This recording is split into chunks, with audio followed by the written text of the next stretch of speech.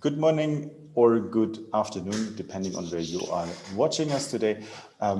We are here today for the second installment of the webinar of the Week of Human Fraternity here at the Institute for Interreligious Dialogue and Islamic Studies at Tangaza University College.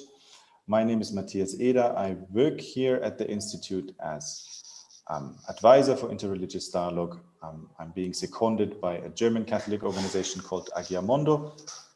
And in that, we have a partnership with the Missionaries of Africa, or the White Fathers, a Catholic congregation with a long history in especially Muslim-Christian dialogue and inculturation.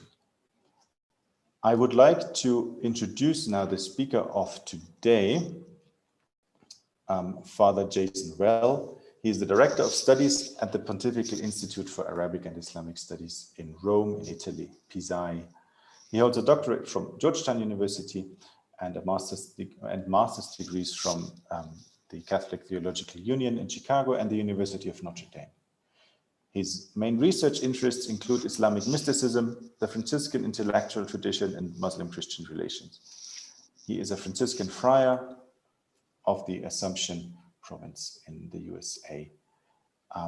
I am very proud that we have such a prolific speaker here today, talking about the historical antecedents for the document on human fraternity, the so-called Abu Dhabi Declaration, the encounter between St. Francis and Sultan al-Malik al-Kamil in 1219 AD. Father Jason will explore the encounter between those two eminent figures, and he will draw parallels of this event that many proponents of Muslim-Christian dialogue, including Pope Francis, have invoked as a sign of hope for interreligious relations today.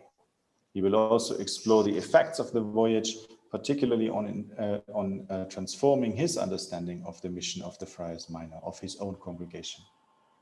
He will also explore three lenses with which to view on the encounter, dialogue, friendship, and kinship, which are all limited in their own nature, but we will see what the author comes up with as the focal area of that idea. All this will be done in the light of the document on human fraternity, signed by Pope Francis and the Grand Imam of Al-Azhar University in Cairo, Ahmad Al-Tayyeb, in 2019, which is then again the antecedent for Fratelli Tutti, at least in my opinion. So thank you very much for that. I would like to open the floor to Father Jason. Thank you very much, Matthias, for that kind introduction. And I can say, as a word of foreshadowing, that I agree with you. The document on human fraternity is the antecedent for the encyclical Fratelli Tutti. At the beginning, just a word of thanks to Irdis and Tangaza University College for the invitation to speak. I've heard much about Tangaza from our students at Pisai, so it's a blessing to be able to speak to you today and to continue to develop the important link between us, especially regarding this topic that we consider so important, the document on human fraternity. I know that you have various talks scheduled on the document this week, so my remarks will not concentrate so much on the document itself, because I presume that most people following this webinar have read it and spent some time thinking about it. I'd like to focus on one historical antecedent for that document, the encounter between Francis of Assisi and the Ayyubid Sultan al-Malik al-Kamil, an encounter explicitly invoked by Pope Francis not only during his apostolic voyage to Egypt, but also and not only in Abu Dhabi for the document on human fraternity, but also in his most recent encyclical, Fratelli Tutti. 2019 was the 800th anniversary of a milestone event in the Franciscan imagination, this encounter between saint and sultan. And that event inaugurated an ongoing process of remembering. The encounter between Sultan and Saint enabled both Muslims and Christians to rethink, to reimagine their relationships with each other through the lens of this encounter. And that process of reimagining has been going on for centuries and has never stopped. We see this clearly in the ministry of our Holy Father, Pope Francis, who has repeatedly invoked this encounter in his own outreach to Muslims. But at the same time, I must acknowledge for you that there are some voices both inside and outside the Franciscan family who see our commemoration of Damietta, this encounter between Sultan and Saint, as an exaggeration of an event that was ultimately not that important for Saint Francis. The best known book about the encounter between Saint Francis and the Sultan, authored by the historian John Tolan, describes the encounter between Francis and Al-Malik al-Kamil as a lieu de mémoire. John Tolan identifies the ways in which hagiographers, sculptors, painters, and others have depicted this encounter. And he observes that what happens is that most interpreters read their own preoccupations into this story, that their subsequent descriptions of the encounter between Sultan and Saint illustrate the evolving fears or the evolving hopes inspired by the encounter between Christian Europe and the Muslim East.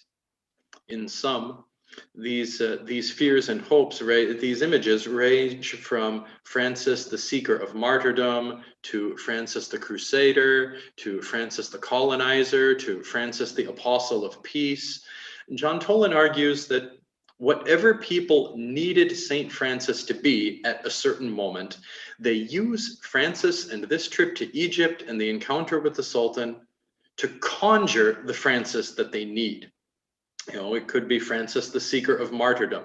It could be Francis who brings civilization to the barbarous Arabs. It could be Francis who promotes interreligious understanding, whatever. John Tolan argues that we can never really know what happened at Damietta because we are doomed to project our own concerns, our own preoccupations back onto that moment, and we can do nothing more. Now, Pace John Tolan, I insist that we can do something more, that this encounter can and should mean something. And on this note, I'm quite confident that our Holy Father, Pope Francis, agrees with me. So I'd like to reflect with you from an academic and historical standpoint, what happened? What did the sources say? But then also reflect with you from a pastoral and ministerial standpoint, what could and what should this encounter between Francis and the Sultan mean for us today, Christians, as we approach our Muslim sisters and brothers. So I'd like to start with a brief narrative of the encounter between Francis and the Sultan. And second, I'll make some comments about the effects of this encounter on Saint Francis. Third, some brief comments about Arabic sources for this encounter and the effects of the encounter on the Sultan. And finally, I'll speak about the consequences of this encounter for interreligious dialogue today. And this last section is the longest section. The probable facts about Damietta, Egypt, in 1219 are very well attested in Latin Christian sources. After the general chapter of the Friars Minor in the year 1219, St. Francis announced his intention to travel to Egypt. So he departed from Ancona and eventually accompanied a contingent of crusaders through the Nile Delta and arrived at the Christian camp outside Damietta. Al-Malik al-Kamil, who had by then governed Egypt for most of 2 decades, but only become Sultan on the death of his father the previous year, commanded his army just outside that Muslim stronghold. It was a strategic location that protected Cairo by preventing travel further upriver. And the situation was that the crusading army had been sieging Damietta, but they undertook an aggressive assault on the Muslim army shortly after Francis's arrival.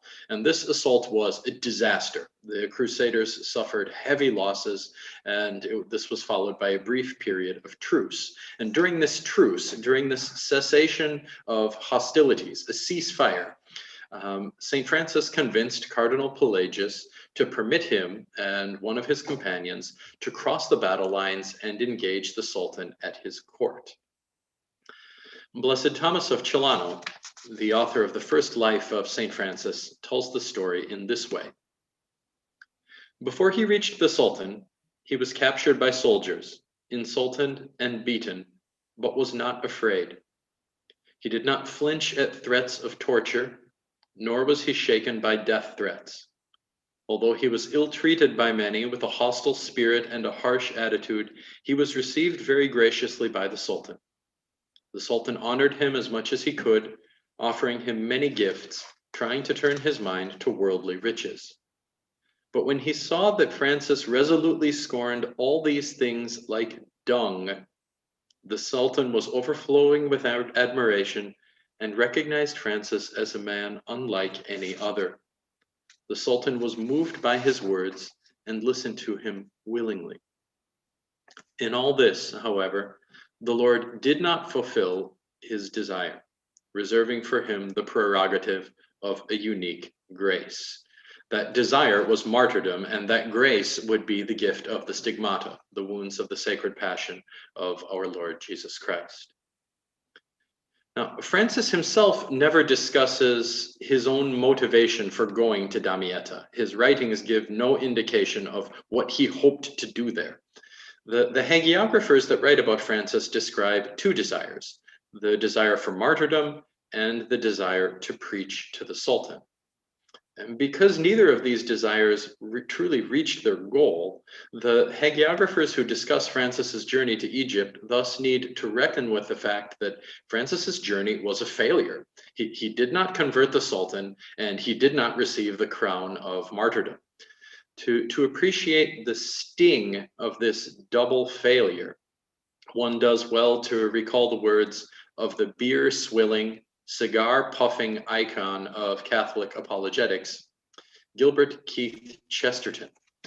Chesterton once playfully described this episode in St. Francis's life as part of an ironic tragedy and comedy called The Man Who Could Not Get Killed.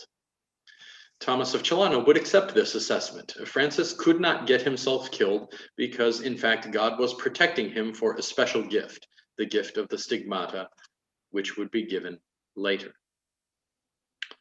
One element remains in our narrative of Francis's journey to Egypt, and it is this element that lends fuel to John Toland's thesis. Beyond the fact that Francis and the Sultan met, we don't know many details. We know from a number of Franciscan sources and from at least 4 Latin non-Franciscan sources that Francis and the Sultan met. But any details beyond the fact that they met escape us. What did they talk about, and for how long? How many times did they meet each other? Francis may have stayed in the Muslim camp as long as 3 weeks, but how many audiences did he have with the Sultan himself? We simply don't know. The truly important thing is not what was said, but that this journey left a profound mark on Francis of Assisi. And the primary effect on St. Francis was simple. St. Francis returned home capable of imagining a non-proselytizing mission among Muslims.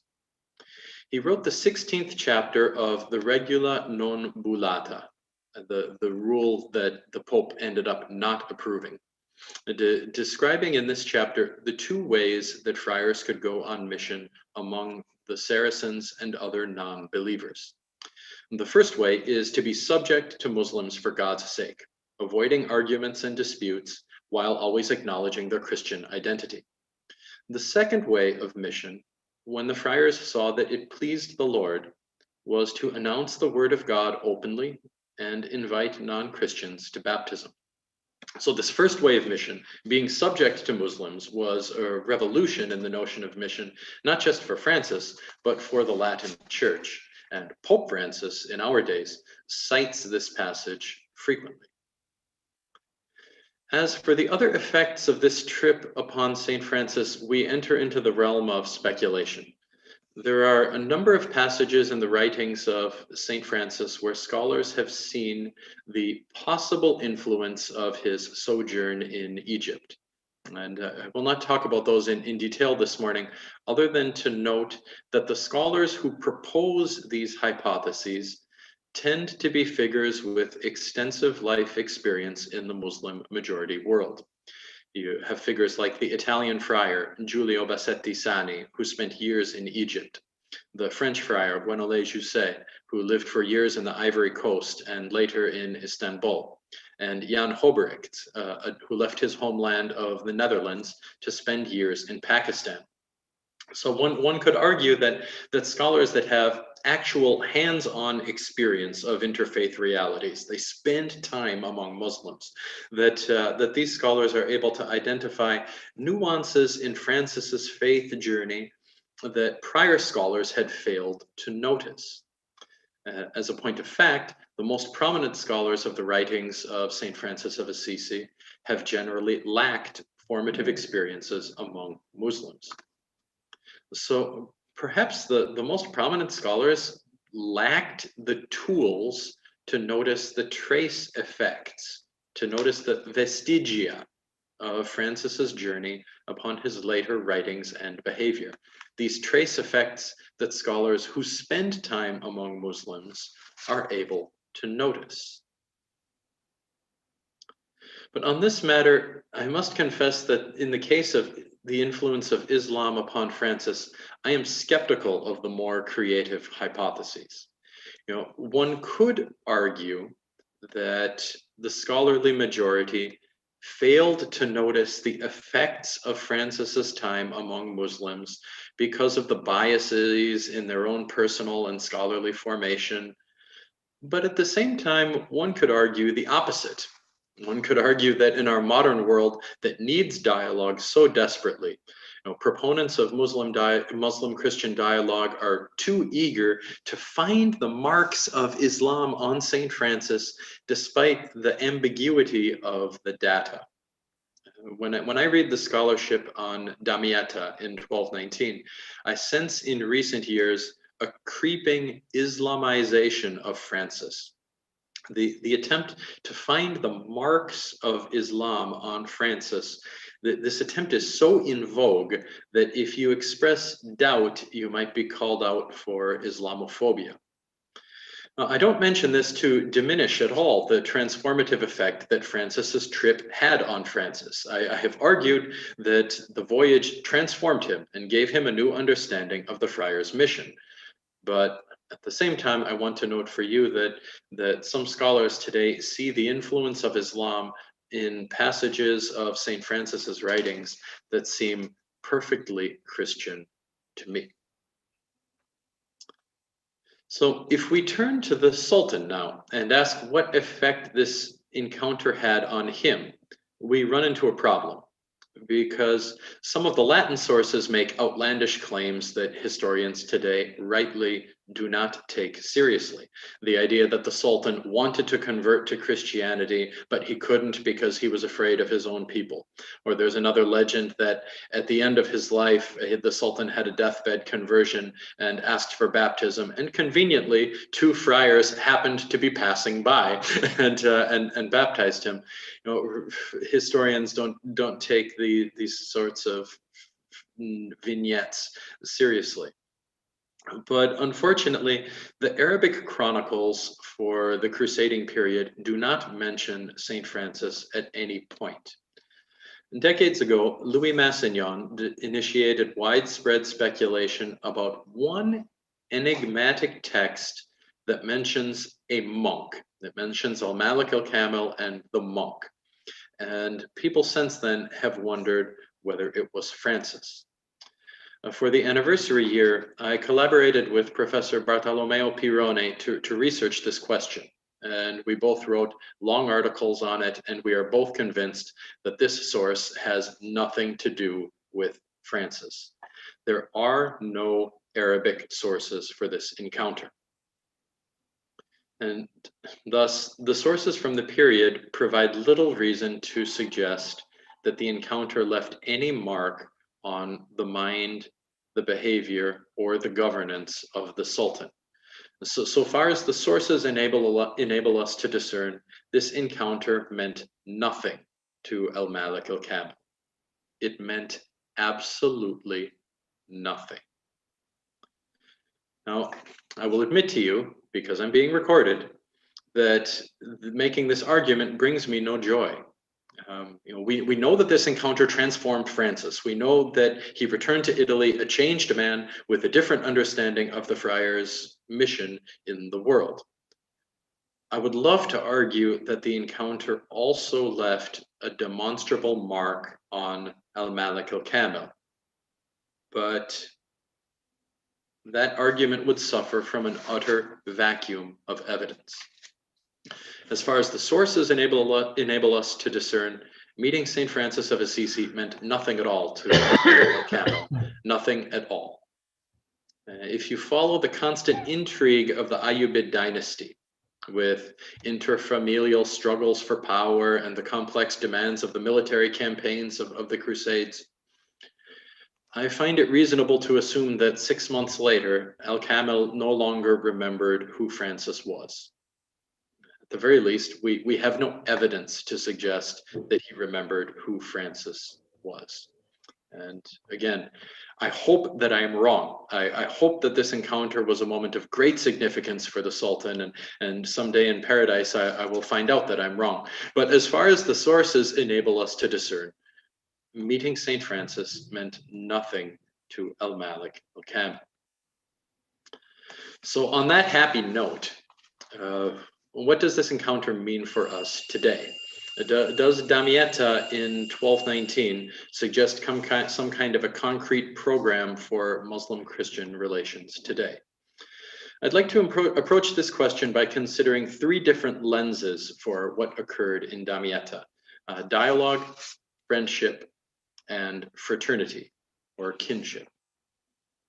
First, in dialogue. Some members of the Franciscan family have framed the encounter between Francis and al-Kamil as a precursor for interreligious dialogue, and there are good reasons to commend this approach. In the decades since Vatican II, the Catholic Church has consistently embraced interreligious dialogue as part of the evangelizing mission of the Church. And in this regard, evangelizing mission does not signify proselytizing and calling others to baptism. Mission signifies the spread of God's love, the diffusion of caritas that flows from the Trinitarian God out into the world. And this was, in fact, the way that Pope St. Paul VI defined dialogue. He claimed that dialogue was the internal drive of charity that seeks expression in the external gift of charity. When love wells up and forces us out of ourselves to encounter the other, when it spills over, this encounter is an event of dialogue. Well, Pope Francis has carried forward this thrust toward a dialogue with great vigor as he constantly speaks about the need to create a culture of encounter. Priests need to get out of the rectory and go meet the people. You can't wait for the people to come to you. The church should be, and the church must be, on the move. La Chiesa in uscita, going out. The culture of encounter, going out to meet the other, expresses in a particular way the nature of interreligious dialogue. And Pope Francis presented the encounter between Saint Francis and al-Malik al-Kamil as just such an instance of dialogue. The Holy Father emphasized this both in his trip to Abu Dhabi in 2019 and on his trip to Morocco later that year. Therefore, when we consider dialogue not as a technique to accomplish something, but as a natural overflow of charity, then this encounter between Saint and Sultan presents itself as a perfect example of dialogue. But I admit I am not completely comfortable describing Damietta as an instance of dialogue, because our presuppositions about what interreligious dialogue means are distinctively modern And there's something anachronistic about projecting these back onto figures in the Middle Ages. In contemporary sets of guidelines for interreligious dialogue, what happened in Damietta doesn't fit very well. So to take one example, we can turn to the work of Father Maurice Bormans, my predecessor as Director of Studies at PSI. Father Bormans wrote this: "Dialogue is a daring adventure engaged in by people desiring mutual enrichment from their different ways, fellowship in sharing common values, and openness to whatever way the Lord might speak to them in the intimacy of their conscience." I emphasize here the presupposition that participants in dialogue enter the dialogue due to their desire for mutual enrichment. This desire for mutual growth, mutual encounter, precedes the encounter itself. The desire comes before, and it drives the participants to show up. Other sets of guidelines for dialogue generally suppose that participants desire to learn from each other and intend each other. If we are honest, the sources about Francis's encounter with the Sultan do not suggest Francis's desire to listen or to learn. Guidelines for interreligious dialogue today insist on mutual sharing. We come here to share what motivates us, what stirs us, what gives us reasons for hope. Well, medieval sources speak about the Sultan willingly listening and respectfully listening to Francis, but we don't have any evidence of Francis's desire to listen. We could call Damietta a dialogue in the sense of dialogos, a word that goes across, a word logos that goes dia, across space. Charity welled up in the heart of St. Francis and it spilled over. It pushed him across. This interior charity reaches out to become external. In this sense, Francis is the example of dialogue par excellence. But if we understand a dialogue to indicate that participants arrive desiring to learn from the other, I don't see any evidence that St. Francis expected something of value to be shared with him. Now, it might seem very strange to you to hear a Franciscan committed to interreligious dialogue, Jason, question whether we can call St. Francis an example of dialogue. But my reason for doing so is that if this claim about dialogue is to have any meaning, if it is to have teeth, if it is to have any impact, we need to probe exactly what we mean by the word dialogue. And so with that, I'll move to my second category, is friendship, another lens for viewing this encounter, which presents its own terminological problem. It has become common for us to speak about dialogue promoting friendship, interreligious friendship. We have no shortage of examples throughout history of Muslims and Christians who became true friends to each other. Now, some Muslims in recent years have begun to question whether a believing Muslim can befriend a Christian. And there was a controversy in Indonesia in 2017 surrounding precisely this point. It involved the former governor of Jakarta, who is a Christian. One Quranic verse, Surah Al-Ma'idah 51, insists that Muslims should not take Jews or Christians as allies. And the word awliya, here translated as allies, could also be translated as friends, although in context, the verse refers more to political alliances than to personal friendship. So in Indonesia, Ahok, the governor of Jakarta, he suggested that some Muslims were using this verse as a wedge to gain power. And he was subsequently accused of blasphemy for interpreting the Quran, which he as a Christian has no right to do. And he spent time in prison for it. Now, I want to acknowledge for you that reading this verse as a prohibition of personal friendship with Christians rubs against centuries of history in which Muslims saw no problem with having Christian friends. And from a Christian point of view, there is, of course, no reason to doubt the possibility of interreligious friendship. Pope St. John Paul II told the bishops of North Africa that Muslim-Christian dialogue is, in the first place, a question of friendship. And in his meetings with Muslims, John Paul frequently returned to the theme of friendship. Some members of the Franciscan family likewise suggest that St. Francis developed a true friendship with al-Malik al-Kamil during their short time together.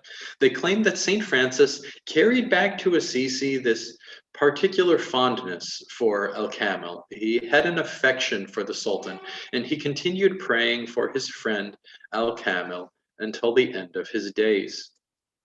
We sometimes talk about love at first sight. Could we suggest that Francis and the Sultan became friends at first sight? That they became fast friends? Well, I ask you again to indulge my skepticism, but I find it difficult to claim that Francis and the Sultan were friends. We have to ask, what kind of friends? Facebook has perhaps permanently destroyed any meaningful usage of this term, because the social network would have me believe that I have almost 900 friends. But aside from Facebook's tireless efforts to dilute the meaning of a once beautiful word, the supposed bond between Francis and al-Kamil does not fit well into classical categories. Aristotle distinguished three categories of philia, or friendship. He said that there were friendships of utility, friendships of pleasure, and friendships of virtue, arete. And this third, the friendship of virtue, this is the truest form of friendship. I choose you as a friend because I admire your virtue. I choose you for yourself because you are good for your own sake. Now, in the case of St. Francis and the Sultan, if they ever became friends, can we say that it moved beyond a friendship of utility? At least at the beginning, we can presume that al-Kamil saw utility in the relationship.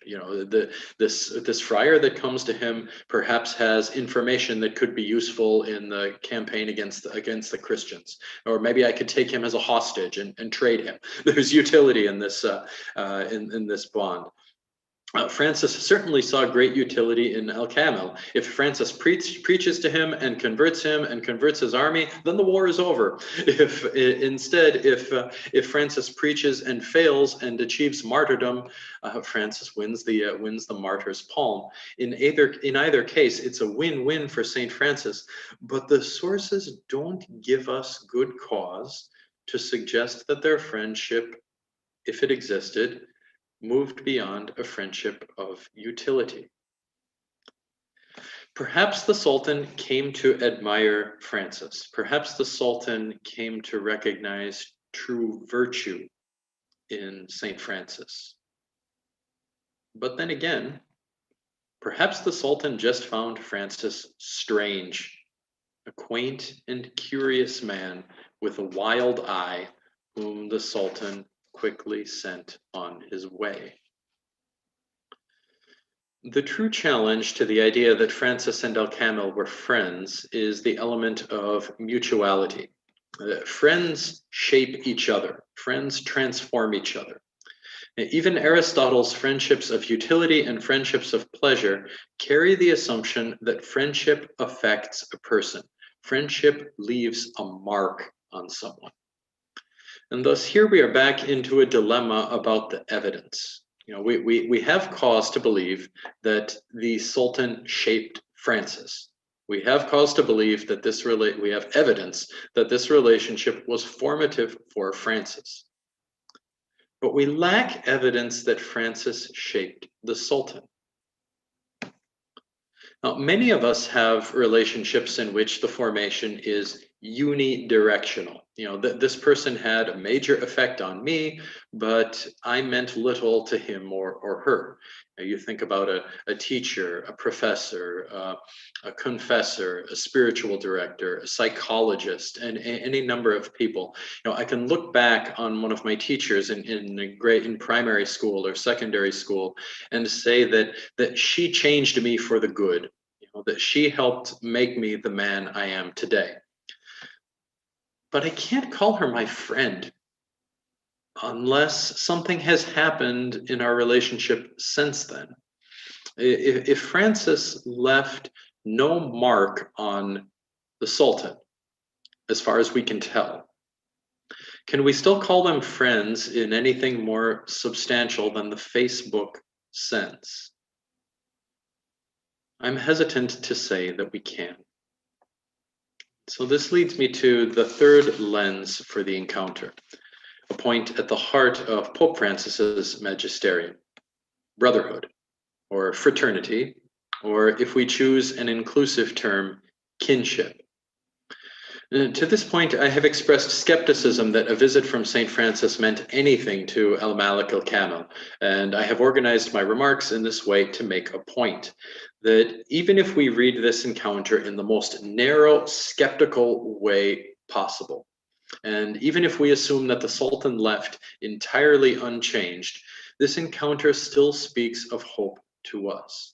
Now, even if we are hesitant to say that the encounter represents a mutual dialogue, even if we look with suspicion on the fact that they may have been friends, we know from the evidence that survives that they treated each other in a manner that we must call fraternal.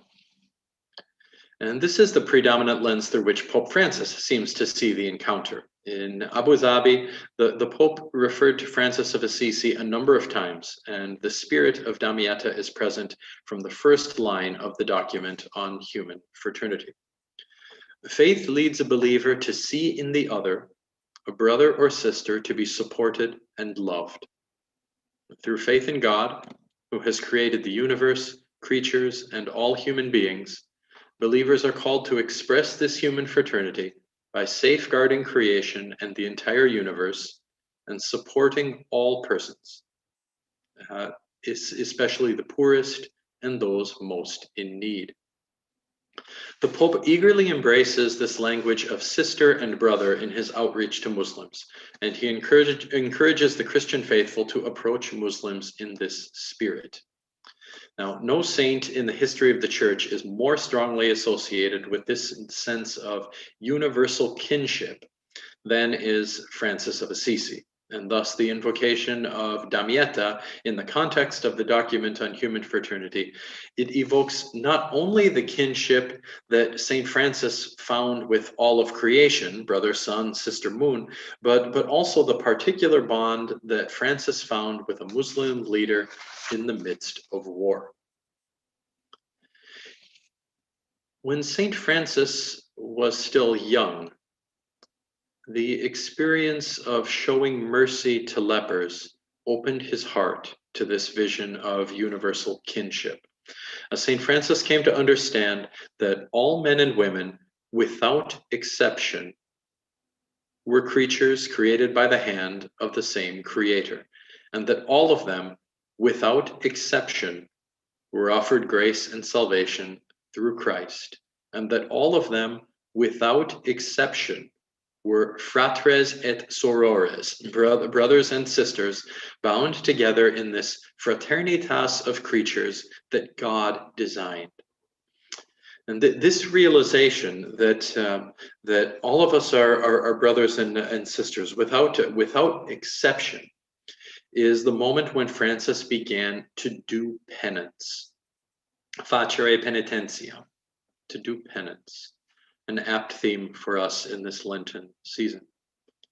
And later, St. Francis incorporates the entire cosmos in this vision of universal kinship. He comes to refer to non-human creatures like the sun and the moon, the wind and the air as brother and sister.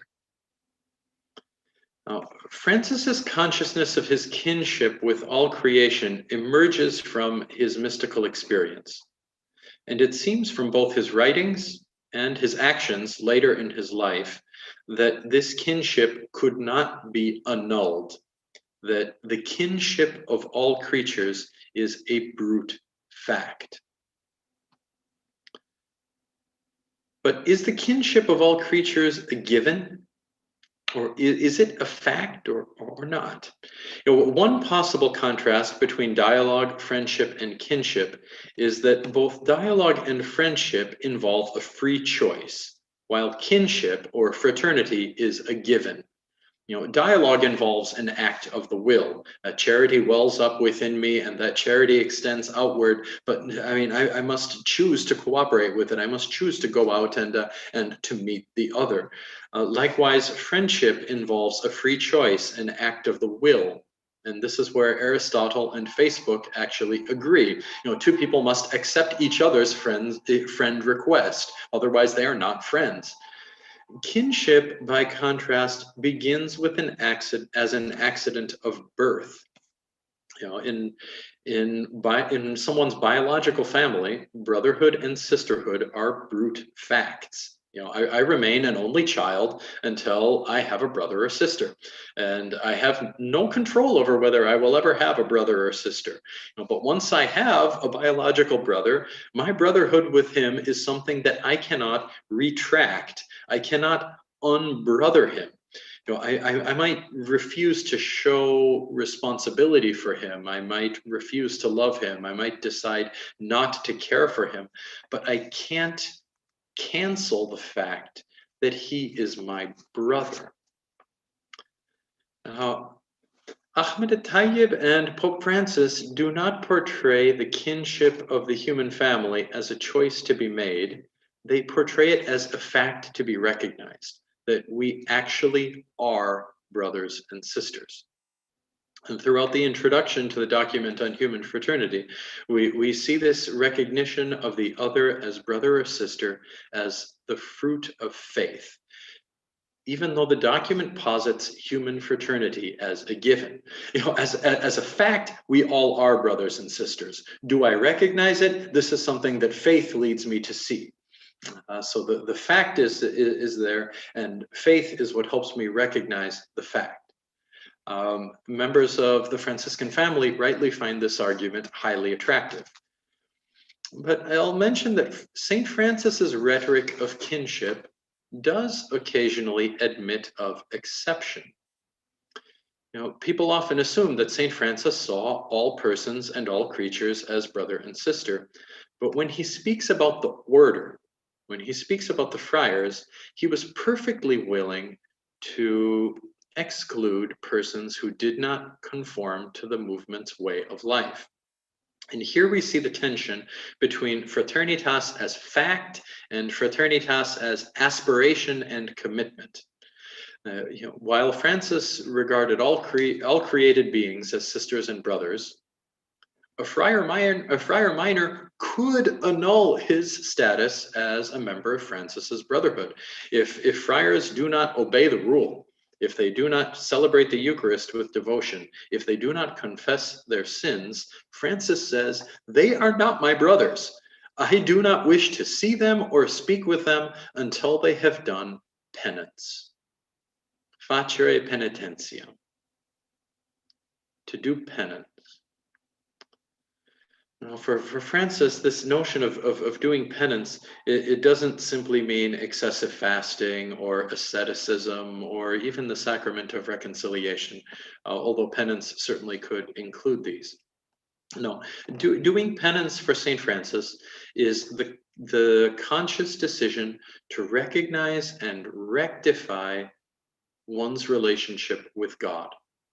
And I confirm this right relationship with God by rectifying my relationship with others, by turning toward them with love, most especially the poor and the vulnerable. This is St. Francis's sense of penance.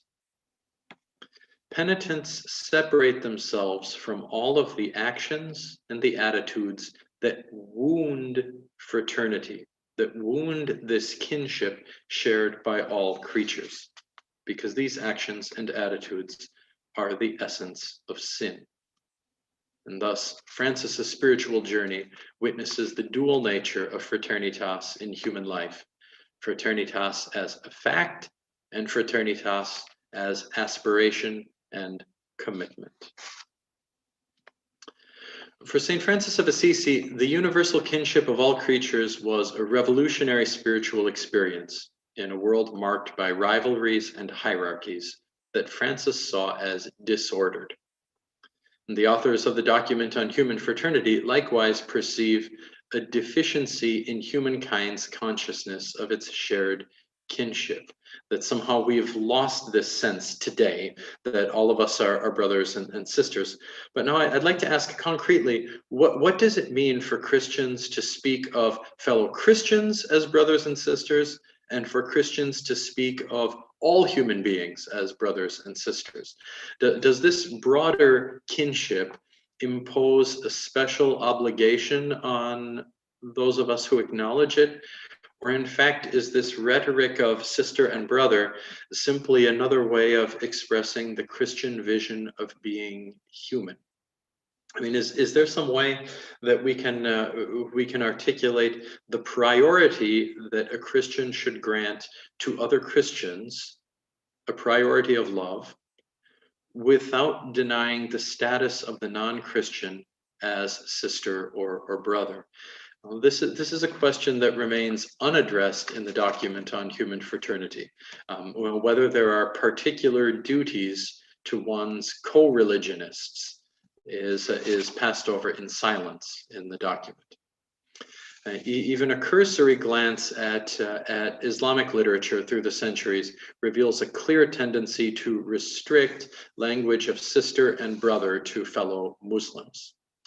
Where we see this rhetoric of universal kinship in Islamic writings, it nowhere denies the special rights that a Muslim can claim from fellow Muslims. These are never negated.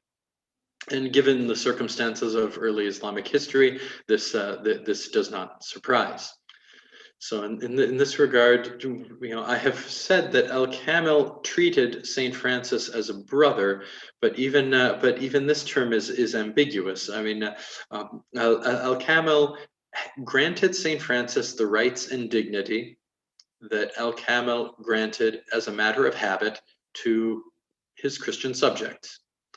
And beyond this, it seems that Al-Kamil extended to Francis an extraordinary and exemplary respect and honor. So I don't know whether he used the term akhi, whether he called Francis his brother. But we can certainly say Al-Kamil treated Francis as a brother in a colloquial sense. We cannot say he treated him as a brother in the proper sense of a fellow Muslim who has rights that he can claim from his co-religionist, from his brother Muslim. Now, turning back to us as Christians, it may be the case that for a Christian, the claim of human fraternity adds no concrete duty regarding my relationships with my Muslim neighbors. Seeing them as sister and brother does not add an obligation that was lacking before. In any case, the simplicity of this document's rhetorical appeal carries its own force, because it reminds Muslims and Christians of their fundamentally shared vision of human life well lived. We have the Bishop of Rome and we have Sheikh Al-Azhar, who come together inviting all persons who have faith in God and faith in human fraternity to unite and work together to create a culture of mutual respect in a world in which many hearts have grown blind and deaf. And this brings me to my conclusion. The document carries forward the message that Pope Francis preached in his first papal trip outside Rome, when he went to Lampedusa to force the world's conscience to face the crisis of migration. And the Pope there reflected on the biblical text of the first time that brother killed brother, Cain and Abel. And he set before the world that ancient question, Cain, where is your brother? Pope Francis reminded the world, and he continues to do so, that Lampedusa testifies to consciences grown cold, to people who have forgotten that that man is my brother. From a Franciscan perspective, it is this movement from a desensitized conscience, from a deaf conscience, to a fraternal world. That is the dynamic of Damietta. That is the dynamic of St. Francis's ongoing conversion. St. Francis once had the experience among lepers where his heart was opened, and then he had a similar experience in Damietta. He comes across this Muslim who he's been told that these Muslims are cruel beasts. He's been told that this is someone who must be fought, that this is someone scorned by God. And when he crosses the threshold and meets that person, he learns that friars can live among them and be subject to them. Francis's conscience was sensitized. His heart was opened. And this is the same awakening to fraternity that Pope Francis and Sheikh Ahmed Tayyib invite from believers today. Prudently, they make this call in a document grounded in faith in God. In the name of God, they call people to kinship, because it is difficult, practically speaking, to realize this high ideal of mutual care, mutual concern, if you lack faith. The instinct of the document is that in the name of God, people's hearts can be opened to it. In the name of God, people can come to see that the man on the other side of the border, or the other side of the river, or the wall, or that man off in the hazy distance, in the name of God, I can come to see that that person is my brother. Faith permits me to recognize this. And this is the practical wisdom of the approach of these two leaders today. When Pope Francis and Ahmed Tayyib endeavor to promote a robust concept of full citizenship for minorities in a civic state, when they insist upon the rights of women to education and employment, when they speak of a world without the use of religious rhetoric to promote hatred and war, when they speak about religious freedom, they ground all of this in the simple claim that God created us brothers and sisters. There were two men who learned this lesson in the midst of the Crusades, and two religious leaders today encourage their followers to embrace that example, a sign of hope for believers around the world. And with that, I thank you.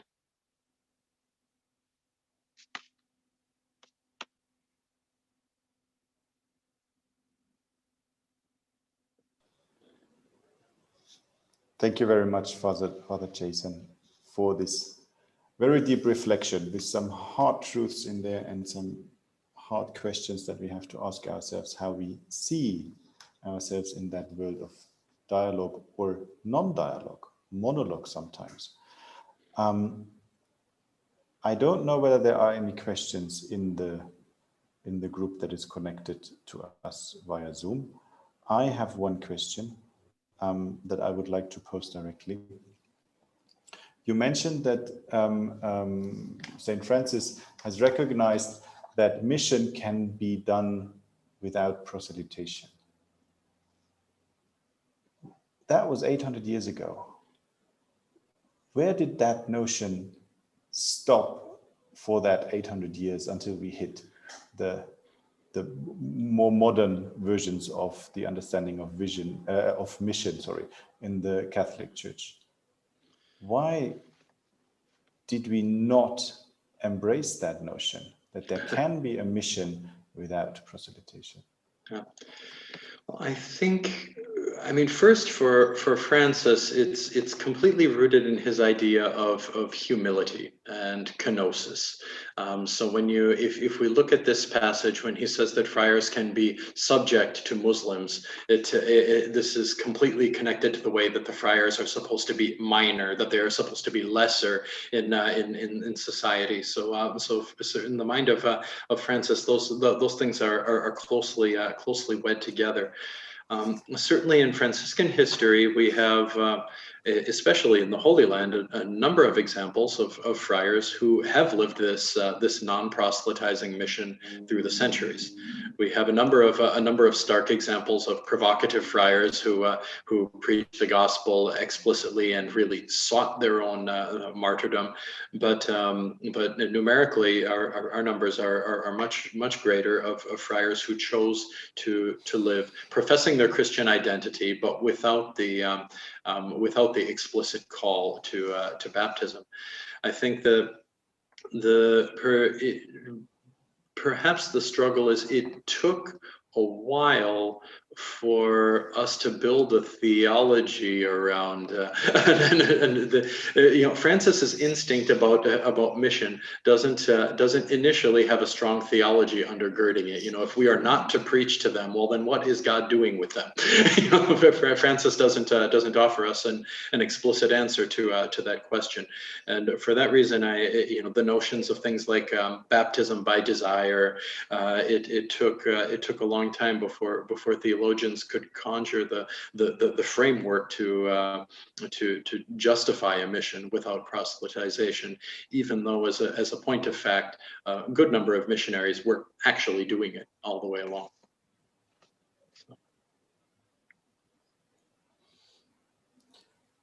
Thank you. Do we have any other questions in the room?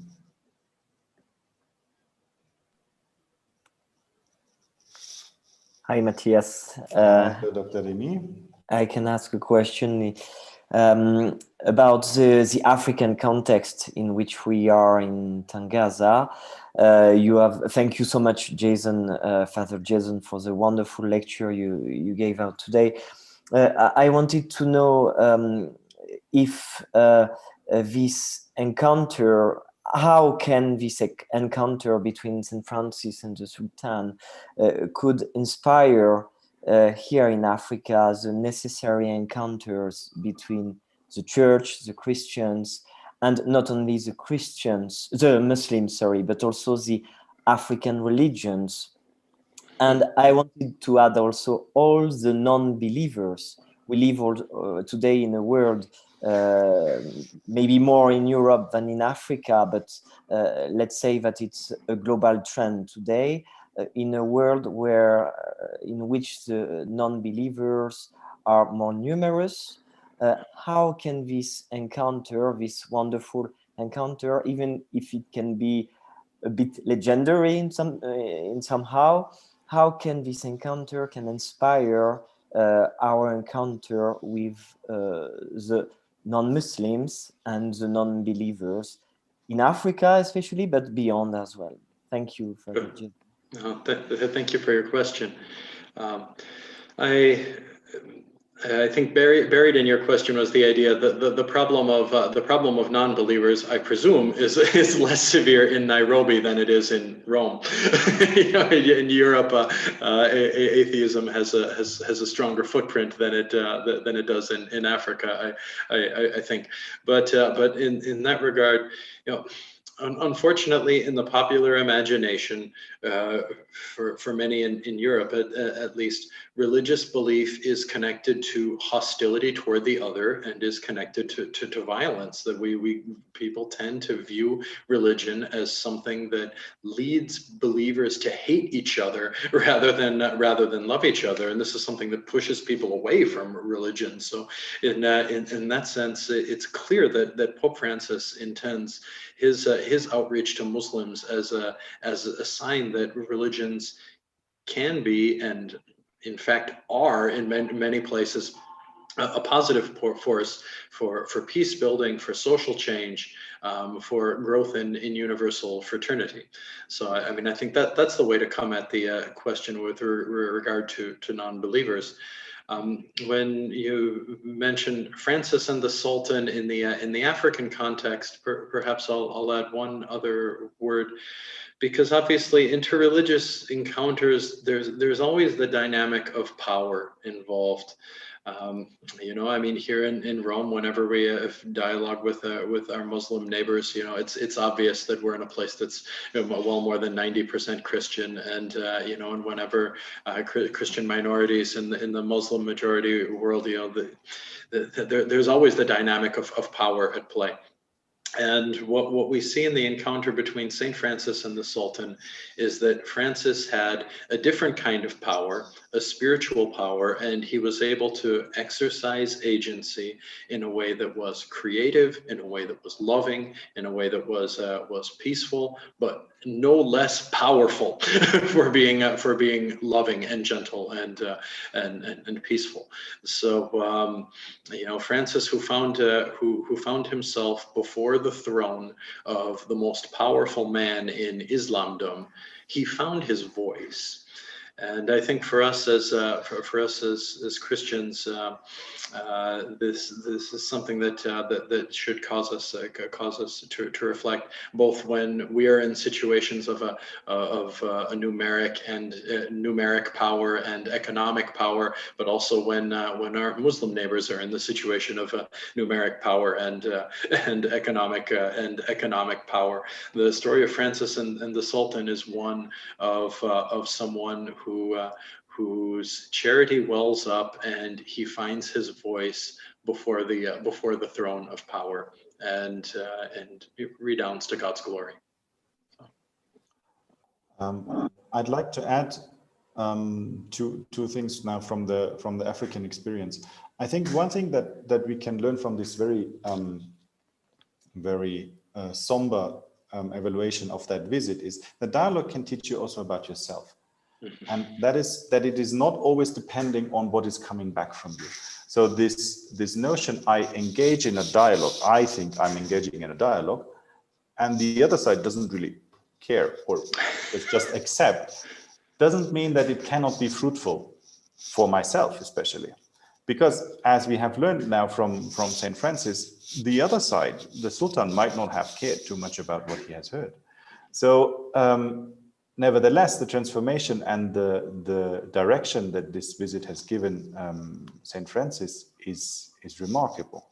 So as an example, I can use that for the African experience as well. When you have this notion that, oh, I'm trying to engage in a dialogue, which is very often difficult, not so much with the Muslims actually, but for example, with other newer denominations within Christianity that are not interested in dialogue at all. So you engage from your side and you come out of it transformed, or at least with some additional knowledge, without having moved the other one at all.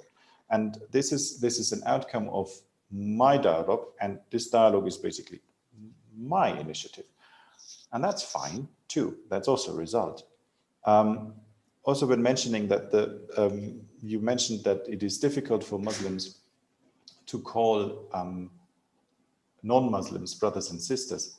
That experience is different in Africa, and that is very specific. I have been called a brother for years and years now, and without even by people that don't even know me or don't even know that I'm engaged in dialogue. And same amongst women, even stronger, I think.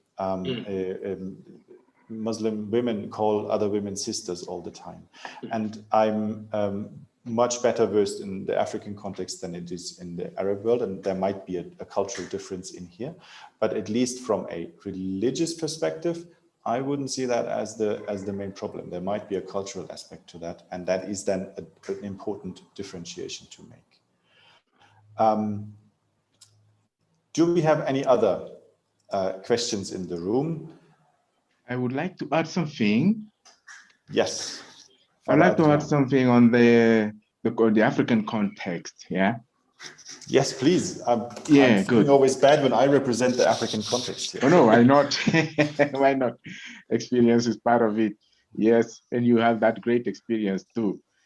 I would like to point out one aspect of the visit of Francis to the Sultan is that inner forum. I think, as Jason said it, it's that charity that wells out from his heart and pushes him, leads him to encounter the other in a context of tension. That's very important. I was touched by the reaction of the church in Western Africa, especially in Mali, because I was working in the domain of interreligious dialogue in this context of tension with jihadists and so on, and hostile preachings and so on. And most Christians closed up by fear, yes, but also by, I would say, frustration. And they no longer trusted, and they were really feeling endangered by this new wave. So to the extent that I said, well, you forgot who you are. You can't close up. By nature, you are sent. It's like Chiesa in uscita, exactly. You have to go, you can't lock up. No, you cease therefore to be church in front of this danger. Exactly that inner forum that moved Francis toward the Sultan. That is something very vital that we need to retrieve. I found the same attitude, that inner forum, a result of that. Sometimes we say it is cultural, but what does it mean, in fact? How do we grasp that meaning, that deeper sense, that which comes to life in practice? With the African traditional religion, for instance. When you discuss with African traditional religion leaders, most of the time it is imbued of inner experience that makes you see in the other a brother. But when we say sometimes cultural, maybe we lose the inner source. And that is very, very important for me, I think. And that's why I think Maurice Bormas talks about that desire. It has to be from within first. And that moves you toward the other. And therefore, there is no conditions because it's not triggered by the other one out there. It is triggered within you. And then you bring it forth. And as you said, Matthias, then if it is really springing from within, you don't wait. You are not looking for something. You are not disappointed, as we say, as many of church leaders say. That's 100 years we've been talking and nothing is coming from the other side. That is something that went wrong from the beginning. If it is motivated by already an all-planned project of reaching a success, a result, I think it falsifies a bit the foundation of dialogue as we mean it here. So I think in Africa, it is a good point to that consciousness of what moved from within Francis and led him to encounter the Sultan. And we need it a lot, especially that we are living the same kind of tensions in the world. It's no longer between religions, it's also between cultures and so on, and social classes, so forth. That was my little contribution here. I'd like to offer that's an outstanding instinct. I mean, decades ago, the Vatican suggested that there are 4 levels of dialogue, that you have the dialogue of life, the dialogue of theological exchange, the dialogue of social action, and dialogue of religious experience or mysticism. And this is it's a helpful schema, but it could lead us down a wrong direction in presuming that the point of dialogue is to accomplish something. That I need to have this project that we get done in the process. When in fact, as you just rightly highlighted, the impulse to dialogue is something that stirs up within someone and causes that believer to go out. It's not.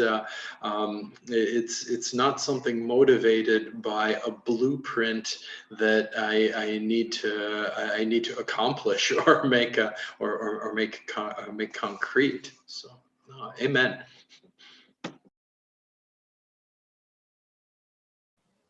Excellent, thank you. Are there any other questions? I see Raphael and I see Christophe. Well, thank you, Jason, for your for the nice performance of what you have done. It's not a question that I would like to give. I would like to thank you for both the forum you introduced the subject by putting in written words and in pictures you see, you gave me an example. I should have done that in a better way yesterday when I introduced my subject. But well, every way of dialogue help the other. So so the form, but also the content. And I congratulate you also for the analysis you made of this Francis and the Sultan's encounter. It helped me a lot to see how dialogue is a very rich experience and needs to be analyzed. And I liked the way you analyzed the friendship, how a friendship could be of different have different faces. So I just wanted to congratulate you for the good work that you've done and the performance of this to us. Thank you, Jason. You're very welcome. It was an honor to be invited. Thank you. Thank you, Jason. I would like only to underline what said Mamadou. I don't know the full name. It's not written, but I agree with him. If there is no spirit from the inside, it is an obstacle for dialogue. And what you said about the difficulties of dialogue in Africa could be also in Europe. We are not often on the same level, but for us, it's an internal obligation from our faith. And I find Jason too much optimistic when he answered to Matthias about proselytism, because I think that there was pioneers of another kind of mission from centuries. But even today, if the Pope in Rabat said twice in the Cathedral of Rabat, no proselytism, no proselytism, it is because even inside the Catholic Church, it's a debate. But I agree with you that there was pioneers to begin a way in which we are today. Well said. Yes. Yes, exactly. Thank you very much. There are pioneers, but there was also politics of conquistadores and politics of all kinds of crusades and so on afterwards. So this is a very checkered past of the Catholic Church in terms of the understanding of mission. Now, I would like to mention our program for tomorrow. We have 2 webinars coming up as well at 11 Nairobi time, 9 European time in the morning. Fraternity and the Abu Dhabi Declaration from a Muslim perspective. The presentation will be done by one of our own partners here in Nairobi, Sheikh Abu Hamza. He's an imam in Kibera, the largest slum of East Africa, but he's also a high-ranking member of the Supreme Council of Kenya Muslims. So we're looking forward to that at 11 tomorrow, 9 European time. We are also, am I still connected or am I freezing? No, we see you and hear you. All right, okay, because everybody else is frozen right now on my screen.